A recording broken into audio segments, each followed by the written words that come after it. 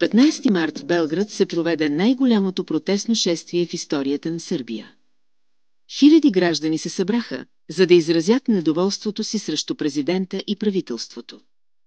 В знак на почит към жертвите на трагедията в Нови Сад, при която козирка на ЖП гара се срути и отне живота на 15 души, протестиращите запазиха едно 5-минутно мълчание.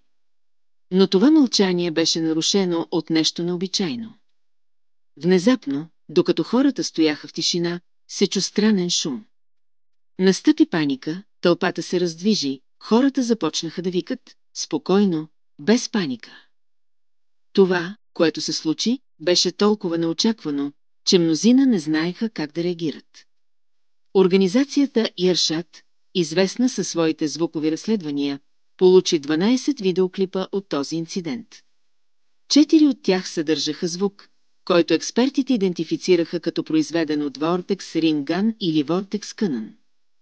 Това са експериментални несмъртоносни оръжия за контрол на тълпата, които използват високоенергийни вихрови пръстени от газ, за да повалят хора или да ги маркират с химикали. Според експертите, когато това оръжие изтласква газ от цилиндъра си със скорост от 459 км в час, се получава вой, сравним с този на реактивен двигател. Вихровите пръстени могат да бъдат ионизирани, създавайки електромагнитни смущения с устройства като слухови апарати, което потвърждава разказите на очевидци. Ако действително е използвано такова оръжие, записите са направени на повече от 700 метра разстояние.